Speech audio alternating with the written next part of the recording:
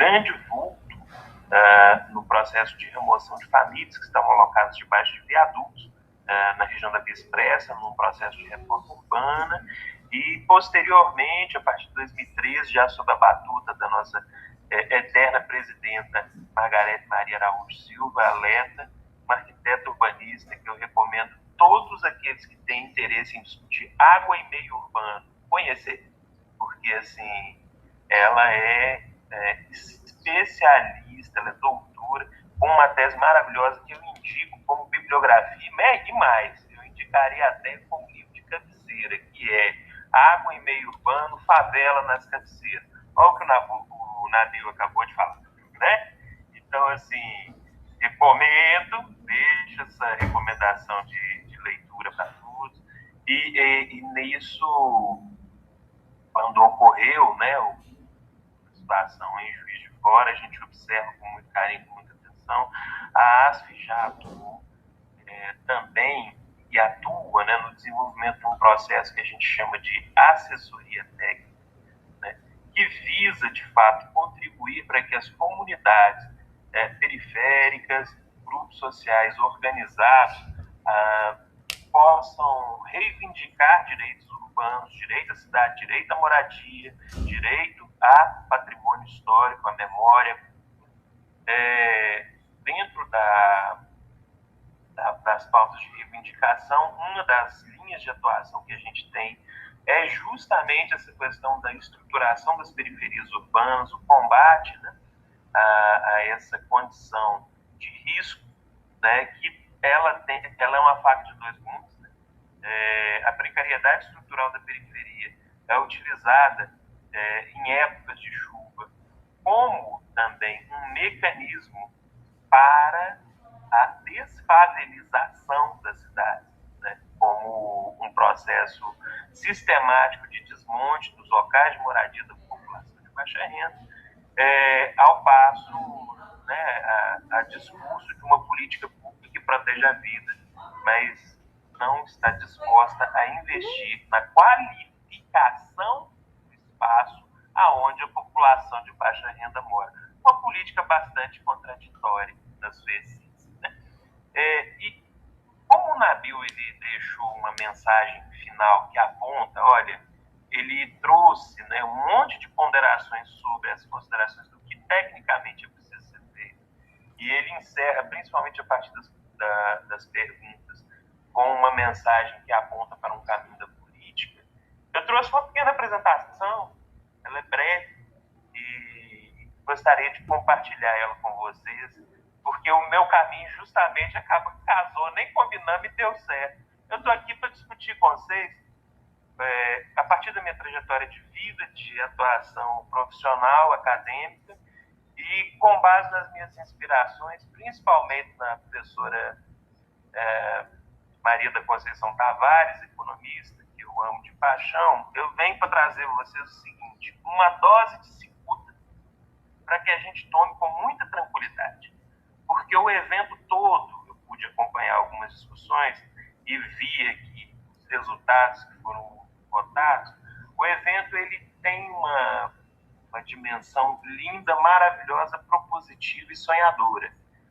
Mas, ainda assim, a gente precisa ver o desafio com um pouco mais de pé no chão e tomar essa dose de cicuta com tranquilidade, até porque, como diz a professora, quando a gente faz esse exercício, nos traz raiva, mas raiva também é energia para lutar e transformar essa realidade que está aí.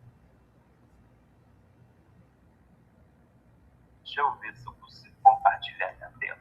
3. Peraí que ainda não foi, não.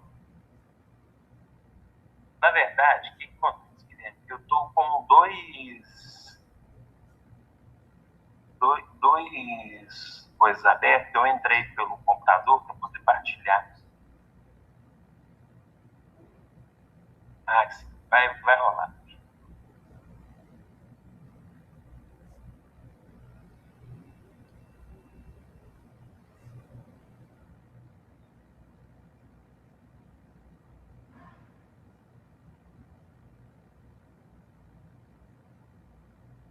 Chegou? Ainda não. Para mim está parecendo como se estivesse batido. Se quiser nos enviar a apresentação, a gente consegue. Opa, mas agora foi. Está indo, pelo menos. Aí, perfeito. Algo está acontecendo. Se puder só colocar em tela isso, botar a tela cheia, e aí fica à vontade. Gente, a minha proposta de discussão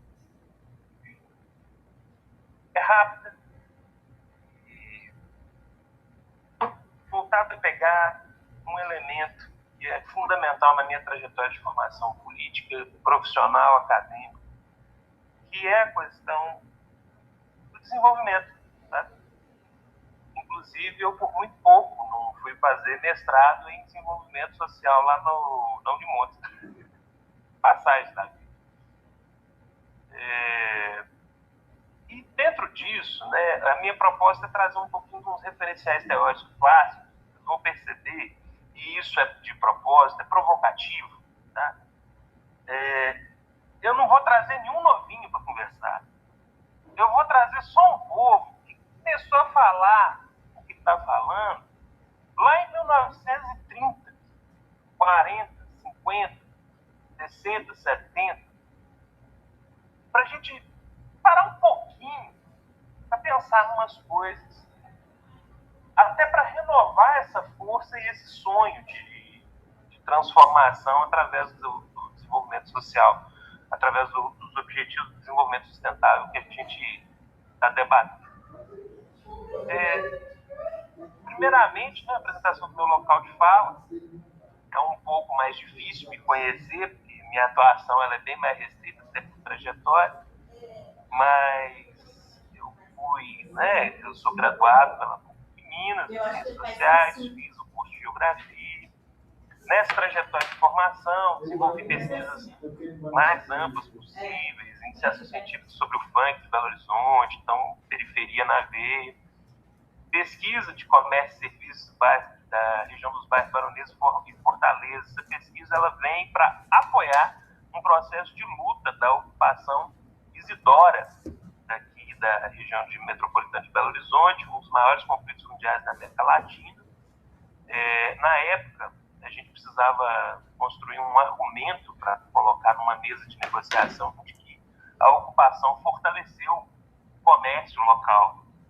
E aí a gente construiu, à época, com a professora Rita de Castro Liberato, a gente trabalhou na construção dessa pesquisa. A gente também fez a estatística espacial das notificações de risco de defesa civil de Belo Horizonte. Isso aqui é um caso maravilhoso, que é um caso onde a Defesa Civil utilizou de uma metodologia de notificação generalizada sem implementação de risco geológico para poder tentar fazer a remoção indistinta de várias famílias de uma região sob pressão de expansão do mercado imobiliário. Muito curioso esse caso também, que é o caso do Pomar do Cafezal. No site da ASF já tem algumas informações sobre esse caso. E principalmente pesquisa com moradores de rua, também foi uma coisa que eu fiz, meu TCC, ele é a crônica do começo, um trabalho que discute um pouco essa condição da pessoa em situação de rua. 2015 para frente, até hoje, né, eu me filiei às Arquitetos Sem Fronteiras, entrei para discussão e debate da assessoria técnica.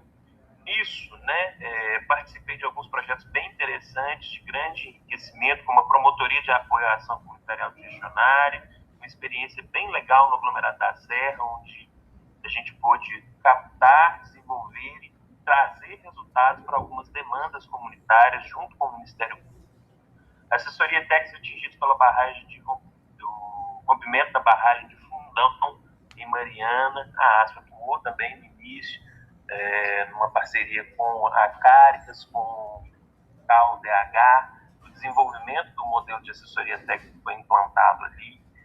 Assessoria técnica às comunidades da Isidora, é um caso emblemático da minha vida, e a participação, né, na diretoria e gestão dessa associação, da qual hoje eu me encontro presidente.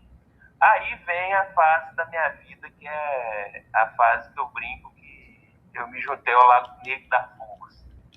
Entre 2019 e 2022, eu vou ter uma atuação no campo do licenciamento ambiental, como analista ambiental, licenciando projetos de infraestrutura, mineração, energia, e todo o combo que você puder imaginar, e tendo uma aproximação muito grande com a legislação ambiental, com o processo de construção dos estudos de impacto, tanto os estudos mais específicos, como, por exemplo, um EPIC-REPIC, que é de patrimônio cultural, um PAIPA, um RAIPA, um WAVE, estudo de impacto de vizinhança, que é muito comum e debatido nos planos diretores, quanto como os gigantescos EIAS-RIMAS e suas grandes proposições, além de outras peças mais específicas que acabam ocorrendo, como, por exemplo, monitoramento de indicadores socioeconômicos. Foi uma experiência muito interessante, onde eu pude mexer com um pouquinho de tudo, conhecer outras áreas de risco de rompimento de barragem, além de Mariana, e principalmente tive a oportunidade de conhecer outros territórios do Brasil e ampliar um pouco o escopo de entendimento das lutas ambientais, inclusive. E em 2022 eu deixei essa atuação como analista e passo a integrar também o COAL, né, a Corporação de Justiça, Arquitetura e Urbanismo, um escritório de arquitetura, onde eu trabalho como parte do corpo de planejamento urbano, projeto urbano, e lá eu tive a oportunidade de coordenar a equipe que fez consultorias para a Câmara de Contagem na revisão do conjunto de legislações ambientais urbanas, do Plano Diretor primeiro, depois do Código de Posturas, do Código de Edificações e da Lei de Regularização de Edificações, além de alguns outros instrumentos menores, como tive a oportunidade também de dar uma consultoria e participar da elaboração da lei dos instrumentos da política urbana do município de Contagem, e também tive a oportunidade de participei dessa lei em dois momentos. Num primeiro momento como conselheiro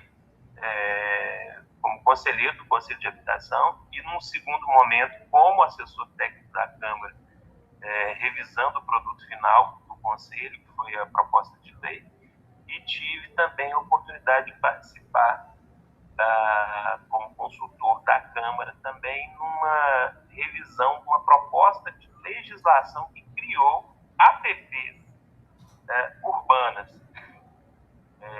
que definiu os limites e as propostas de intervenções nas APPs urbanas no município de Contagem. Bem, essa é um pouco da minha trajetória profissional. Espero que isso ajude um pouco a vocês entenderem de onde eu venho, o que eu fiz, e saber se vocês vão querer me levar a sério ou não o que eu tenho a dizer. A partir disso, saber de onde a gente vem é importante. Bem, vamos lá. Dentro dessa minha caminhada, o tema do desenvolvimento para mim é muito claro. E ele é claro de uma perspectiva de não ter muita ilusão sobre o que ele significa.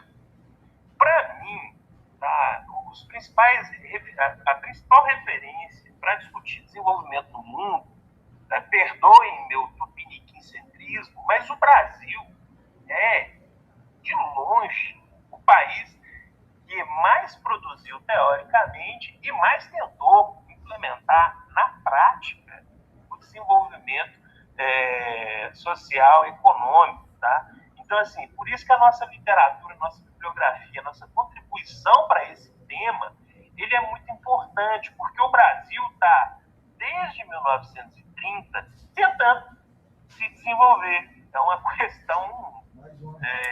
parece que é uma questão áurea. Tá só desperdiçando papel e tinta. E aí, nós estamos aí nessa esteira, produzindo grandes projetos, grandes esforços sociais, econômicos, culturais, políticos, em prol dessa condição que a gente chama de desenvolvimento. O que a gente observa, no fim,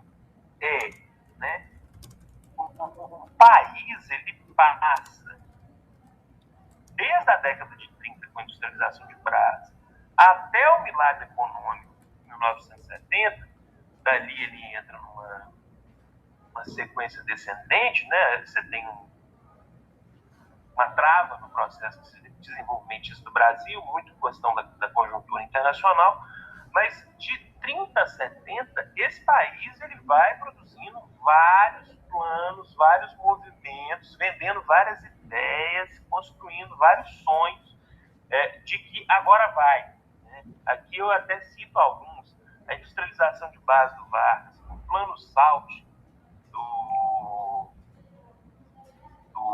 General Dutra, o plano de metas do Juscelino, o plano trienal do Celso Furtado, o PAEG, que é o Plano de Ação Econômica do Governo, que é de 1964, é o primeiro plano econômico da ditadura militar, que cria coisas que hoje politicamente a gente briga, como o FGTS, que é um instrumento que financia a nossa política de habitação, por exemplo. Tudo isso aí está dentro do PAEG, das reformas que foram feitas em 64 pelo governo autoritário militar, e principalmente o grande milagre econômico do período aí da ditadura, que é, né, uma síntese de toda uma era dos grandes planos de desenvolvimento. E percebam, de 30 a 70, o Brasil é esse país dos grandes planos, das grandes sacadas, das grandes viradas. E sabe o que é curioso? Se a gente for olhar de 2002 a 2026, que é onde nós estamos, nós também não estamos muito longe, nós não abandonamos isso. E, querendo ou não, uma das grandes sacadas, ou a grande proposta existente dentro do governo progressista, alinhado um pouco mais ao interesse do desenvolvimento nacional, que é os governos do Partido dos Trabalhadores, a grande proposta dele é o tal do plano de aceleração do crescimento. Né? Ou seja, a gente tem uma condição de presente que não se afasta muito dessa história. Né? E olhe bem, se a gente for pensar, onde que está o gargalo? Por que esse país tenta tanto? Por que esse país tenta tanto? Por que esse país está desde 1930 tentando construir o desenvolvimento, fazendo planos mirabolantes, vendendo sonhos para a população, e ele não vai para frente? Por quê? E existe um ponto que é o desenvolvimento em si decorre, tá, de uma ação deliberada da elite, certo? E isso é o grande problema e a explicação das dificuldades que a gente enfrenta nesse processo, em 2030, 100 anos de tentativa de desenvolvimento socioeconômico. Que é o que? Né? O desenvolvimento em si é a forma como o recurso excedente da produção é aplicado. Sabe? E quando esse recurso ele é aplicado de maneira a produzir, né, crescimento, a produzir valor, a agregar valor na sociedade, isso gera ciclos, né, virtuosos e expansão das capacidades desse tecido social. Por outro lado, o que ocorre no Brasil? Historicamente ocorreu isso desde 1500 e continua ocorrendo. Você tem uma elite nacional, local, que se comporta de uma maneira a reproduzir seus próprios negócios. Então, veja, exemplo fático, tá? Eu trabalhei no norte de Minas com a implantação de usinas solares naquele território.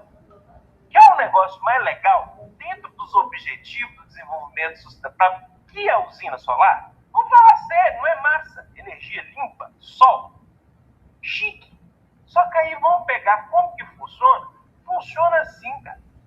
Uma empresa multinacional traz um capital, arrenda uma terra que poderia estar produzindo leite, banana ou qualquer outro elemento que, inclusive, vem para o mercado interno, arrenda essa terra, sobre ela coloca uma monocultura de placas de metálicas, né, de silício, para poder captar energia solar. E o terrenista, aquele dono de terra que vai receber a renda daquela terra, ou ele, atualmente, pelo menos o perfil mais ou menos que eu mapeei, ou ele comprava um apartamento de luxo em Montes Claros, o que justifica o grande boom do mercado imobiliário de Montes Claros, desde que o processo da energia solar começou a se expandir pelo norte de Minas, ou ele comprava uma Hilux. Se ele fosse dono de um supermercado, como tinha movimento de chegada de trabalhadores para poder implantar essas placas, ele ampliava o supermercado. Se ele tinha um, ele fazia dois. Mas, enfim, a grande questão que é o investimento produtivo, abrir uma escola técnica, procurar construir algo, procurar construir um negócio dentro da cadeia da energia solar, não ocorre. Tá? O recurso adicionado no sistema econômico ali local, ele acaba se perdendo por uma decisão daqueles que têm o controle desse recurso local. E isso advém do quê? Numa condição trágica, que a gente precisa ter um entendimento, e que a CEPAL nos ajuda a entender muito bem, que é o fato de subdesenvolvimento, que é a condição que a gente ainda se encontra, ele não é uma condição temporária, não é um degrau na escada evolutiva do sistema econômico capitalista. Nós, Brasil, Índia, Rússia, China, Gamboa, os países da América Central, etc., nós precisamos ser subdesenvolvidos para garantir que as potências centrais garantam sua condição de desenvolvimento. Então, o papo de que há caminhos para se desenvolver e que isso pode ser alcançado, e toda uma trajetória, e para resumir, você pode encontrar ela em vários documentos produzidos pela ONU e pelo FMI. A gente tem que olhar isso aí com um pouquinho mais de calma e com uma certa, vamos dizer assim, prudência, no sentido de entender que é vendido para a periferia global um monte de cartilhas, né, um monte de modelos, desde a década de 30, de como que você poderia se tornar um país desenvolvido. E que, na prática, todo mundo que tentou seguir essas cartilhas não conseguiu. Né? E, com isso, se tornou cada vez mais dependente. E da perspectiva prática, momentos políticos como que o Brasil vivencia na contemporaneidade, a reforma trabalhista do Temer, as privatizações sem pé nem cabeça do governo Bolsonaro, elas são a consolidação de uma agenda política internacional que reafirma a posição de subdesenvolvido no processo da distribuição global do trabalho e da economia. Então, assim, essa condição que o Brasil vive, ela não é um processo temporário, transitório. Ela é algo estrutural para o sistema. E dentro disso, o que é o segredo, ou a tragédia da forma como a economia brasileira se sustenta. Nós estamos em 2026, moçada, mas nós ainda estamos diante de um país que está atrelado a um modelo primário exportador, né? Então, assim, a gente vende commodity, a gente vende produto da exploração agropecuária e extrativista mineral para poder comprar produtos industrializados, manufaturados, design, e agora a gente chega na era da internet do 5.0, do cacete, onde a gente compra agora assinaturas, royalties, que são propriedades intelectuais extremamente efêmeras, né? Um Netflix da vida, transferência direta de renda do cidadão brasileiro para uma corporação estadunidense, todos os streamings, né, para o capital internacional, a transferência direta de renda, por uma assinatura, por uma abstração. Não é nem um produto que exista fisicamente, não se entrega mais nem um pão. Né? E isso, a gente tem que olhar para isso. Né?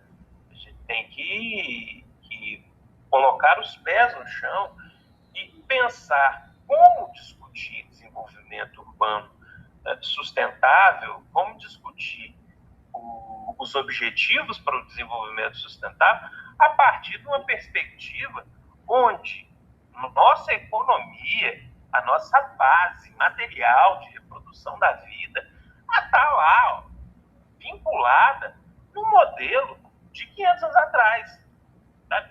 E a gente não consegue romper com isso. E não rompe porque, da perspectiva daquilo que Rui Mauro Marini, lá na década de 60, 70, diagnosticou como a dialética da dependência, a gente tem uma elite nacional que é extremamente cômodo para ela se colocar como um feitor, um capataz do proletariado nacional à base do chicote, como diria Darcy Ribeiro, queimando homens como carvão para garantir matéria-prima barata e, ao mesmo tempo, que ela garante seu lucro com a venda para o mercado externo. Então, assim, de uma maneira geral, né, a gente lida com um processo em que a elite nacional, quem tem a capacidade de ter o recurso, pode direcionar de algum modo a aplicação desse recurso, ela se comporta de modo a boxejar o que ocorre aqui dentro. E, com isso, eu fico pensando na seguinte questão: até que ponto a gente não está, quando a gente discute os ODS, principalmente se a gente entrar na discussão sem retomar esse fato de que nós estamos em 26, vamos para 30, e se a gente pegar aí, é desde 1930 que o Brasil tenta fazer algum tipo de desenvolvimento, não necessariamente sustentável, mas desenvolvimento, a gente pode estar a gente acaba reproduzir a questão do ornitorrinco tropical, e principalmente a questão do que o Francisco de Oliveira, que é um grande economista CEPAL também, ele aponta sobre o fato de que o Brasil é capaz de promover uma coisa chamada modernização do atraso. Então, assim, a grande questão o Brasil, ele é um ornitorrinco porque, de uma maneira sui generis, as coisas funcionam. Não deveriam funcionar, coisas que não funcionariam em outros lugares funcionam no Brasil. E isso acaba sendo um tanto quanto paradoxal na forma como a sociedade brasileira alcança alguns graus de desenvolvimento econômico. E nisso, a modernização do atraso, principalmente, está muito ligada, se a gente for pensar aqui no que rola hoje, né, na nossa sociedade, gente, a gente está discutindo mineração sustentável. Peraí.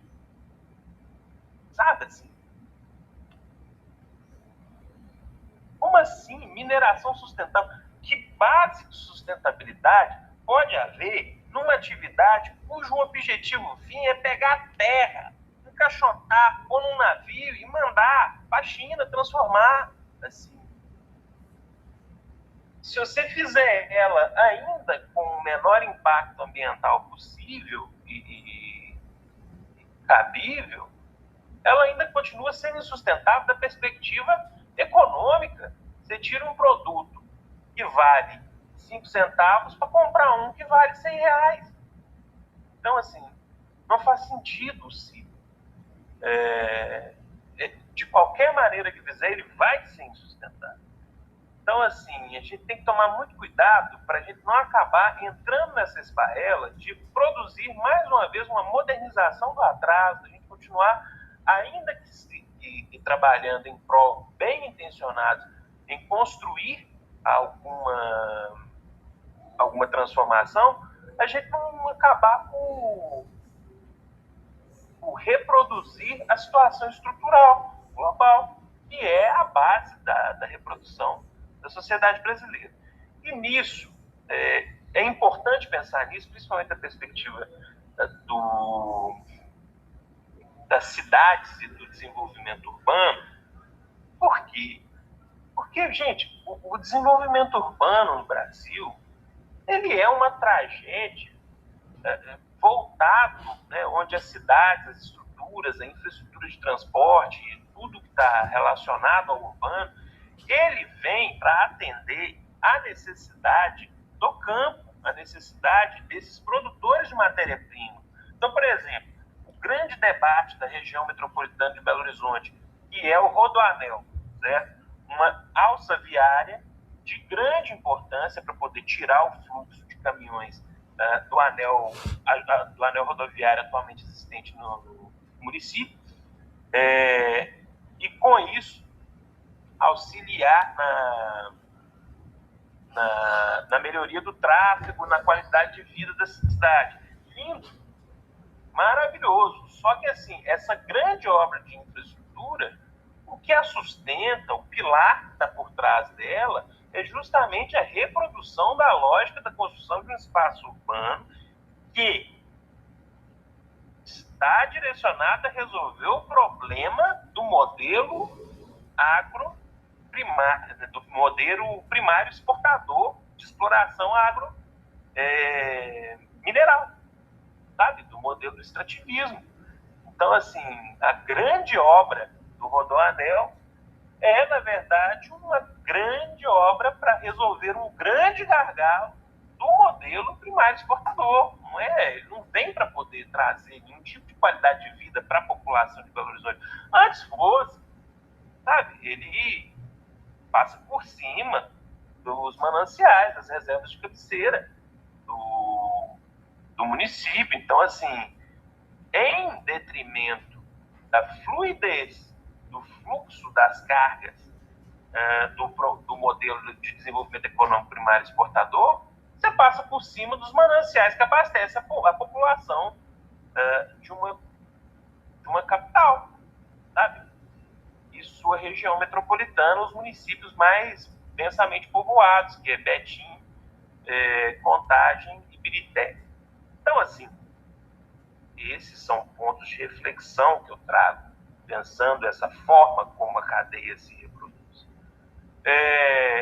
Mas para não ficar só no veneno, né, a gente não precisa também, a gente precisa pôr o pé no chão, pensar, dizer, mas também, o desenvolvimento é também uma questão de sonho, ele é uma questão de projeto, de esperança. O que aqui é a linguagem, né, e é os pontos onde se conseguiu alcançar durante aqui o evento, nesses 3 dias, com muita propriedade, com muito afinco, né? Construir um sonho, um projeto e ter uma esperança.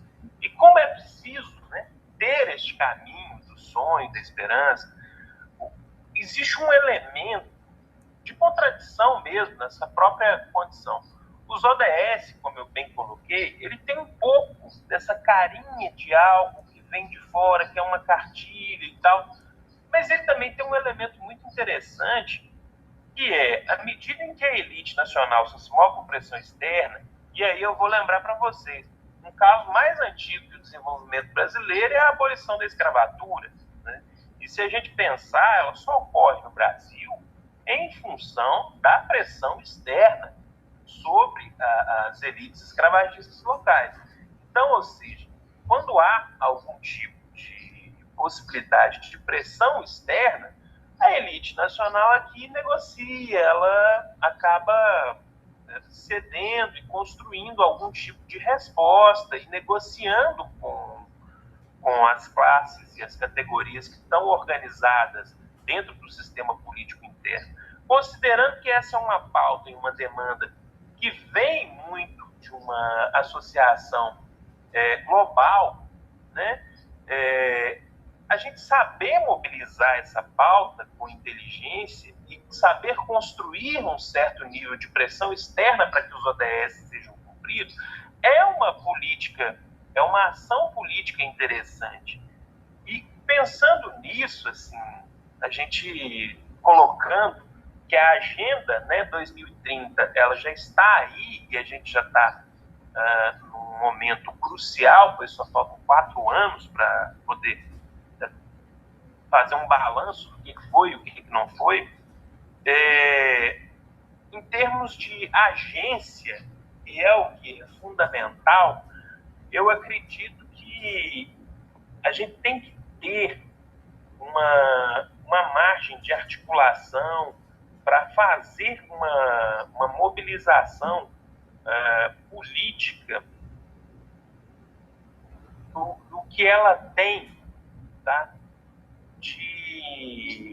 de mais essencial no sentido da conscientização e da formação de público,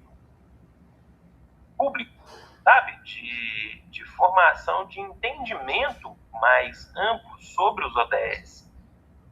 E, claro, que essa formação, que esse processo, ele esteja embasado, né, nessa visão histórica também, que ela consiga observar um pouco desse passado, que a gente possa resgatar essas trajetórias e essas experiências. Porque o desenvolvimento sustentável, a meta que a gente está perseguindo, ela é uma meta maravilhosa. Ela é a possibilidade da transformação integral da sociedade. Só que, gente, desenvolvimento ainda é desenvolvimento. E ele tem consequências. Nós vivemos numa sociedade capitalista, os detentores dos recursos são os mesmos, já tem muitos anos. Então, assim, a gente pode parar de perder.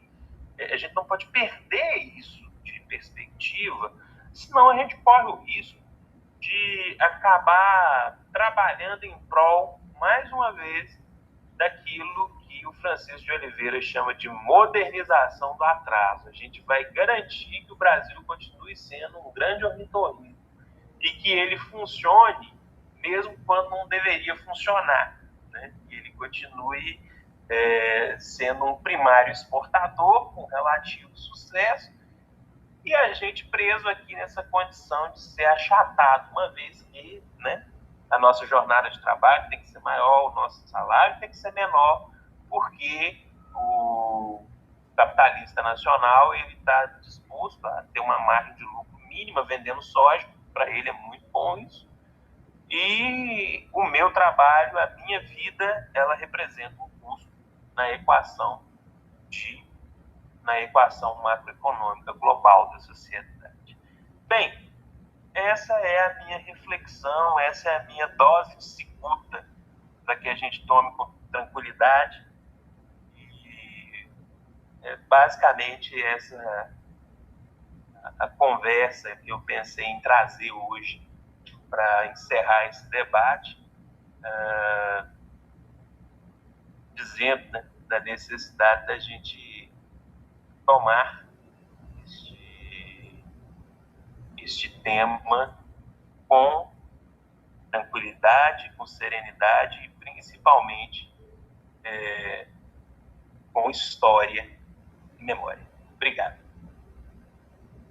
Eduardo, muitíssimo obrigado pelas suas palavras, essa provocação que transcende a arquitetura, a cidade, né? Eu acho que ela fala muito mais sobre quem somos em sociedade. Eu acho que tem muito a engrandecer. Uma pena que o nosso tempo está muito apertado para a gente finalizar, então a gente poderia ficar debatendo aqui muita coisa. Eu queria só que você falasse muito brevemente para quem quiser participar da Arquitetos Sem Fronteiras, como é que funciona, né? Nós temos aqui mais de 50 pessoas, às vezes alguém que se espelhou no trabalho de vocês, né? Como é que faz para atuar? É um grande trabalho voluntário. Muito brevemente, se puder só fazer esse convite para o pessoal. Faço sim, com todo prazer. Olha, as Arquitetos Sem Fronteiras Brasil são um coletivo de multiprofissionais, né? A gente é sem fronteiras mesmo. Então, tem eu que sou sociólogo, nós temos também economista, temos de todas as áreas do conhecimento possíveis e imagináveis. Basicamente, conheça a nossa página no Instagram, @Arquitetos Sem Fronteiras Brasil, tudo junto, por extenso. E também, só jogar no Google, você vai achar também nosso site, está em reformulação, mas já estão lá alguns contatinhos. Por esses canais você vai conseguir tomar informações e principalmente abrir, né, o contato, conhecer as experiências que estão rolando. Só entrar em contato, dizer que tem interesse em participar e a gente está disposto.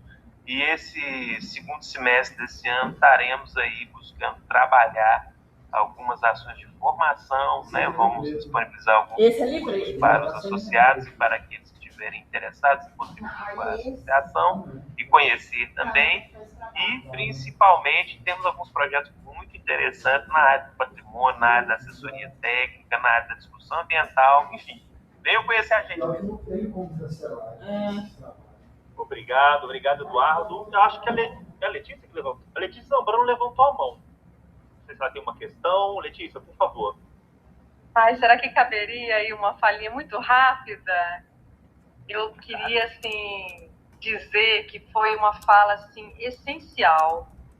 Eu acho que essa fala, ela traz realmente essa dose de cicuta e é um pouco a nossa inquietação quando nós ficamos entendendo que existem as forças hegemônicas na cidade e como a gente consegue combater essas forças hegemônicas para realizar o que precisa ser realizado nesse combate aí da desigualdade e na promoção, né, de territórios de habitação mais adequados, enfim, toda a nossa discussão aqui, eu acho que tem como pano de fundo a nossa realidade, que é isso que você traz aí para a gente, né?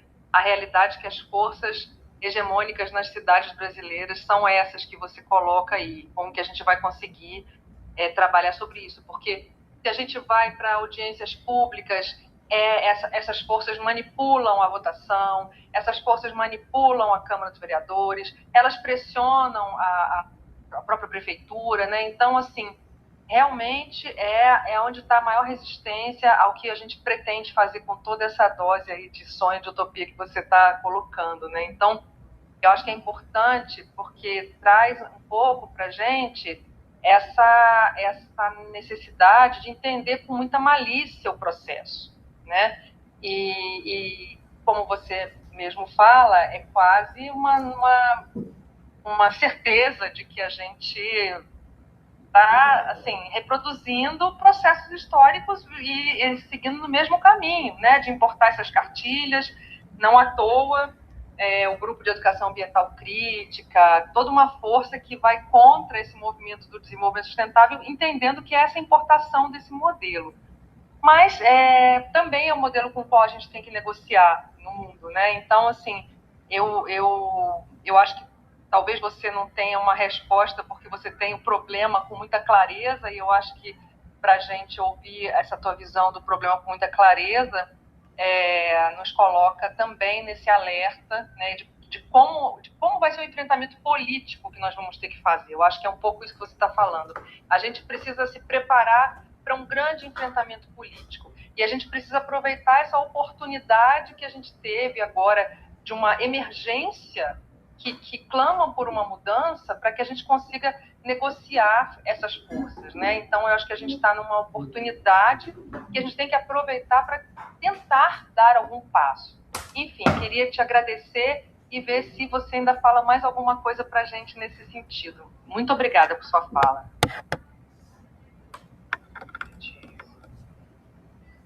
Eu coloco para você, o Nabil, ele foi genial quando ele chamou a atenção para a situação que Juiz de Fora está vivendo como uma oportunidade para poder enfrentar.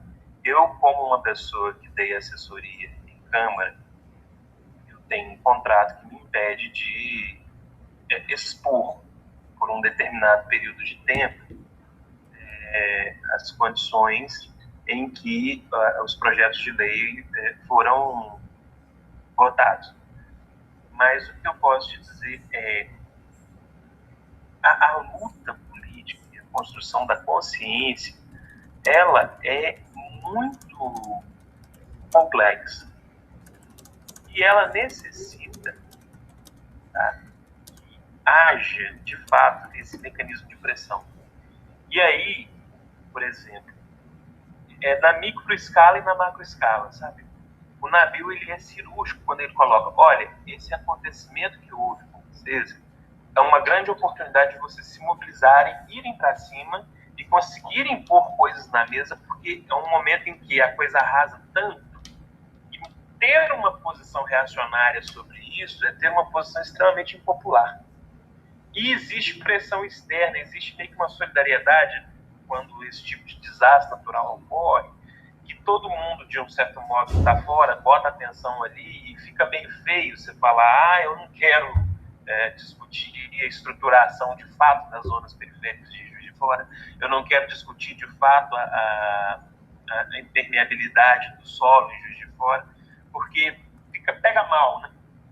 Pegaria muito mal num momento desse, que tem vários olhos observando o que essa elite municipal está fazendo, como que ela está conduzindo esse debate. Da mesma perspectiva, essa questão do ODS, a gente tem a maldade de não reproduzir uma cartilha pronta, que eu acho que isso que é o chave, na macroescala do Brasil, pega mal para a elite nacional continuar a manter um modelo da motosserra, sabe? Pega mal para a elite nacional, principalmente depois da tragédia que foi a COP, ela continuar mantendo certos comportamentos e certas visões que ela vai tentando, principalmente quando tem consequência econômica, né?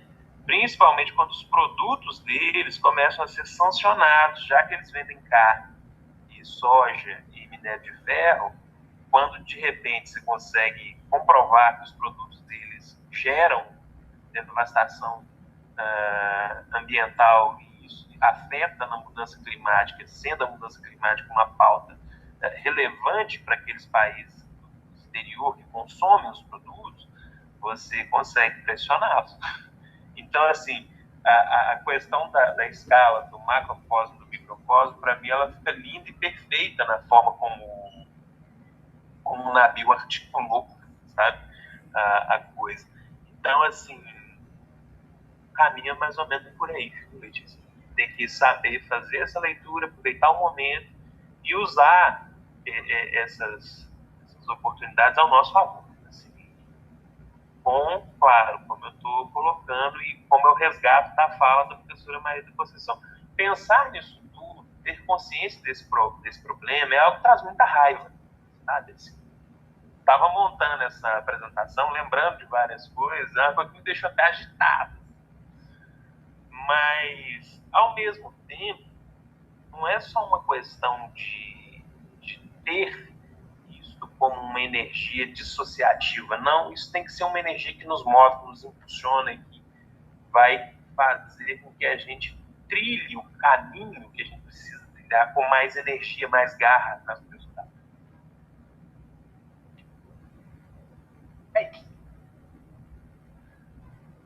Muito obrigada.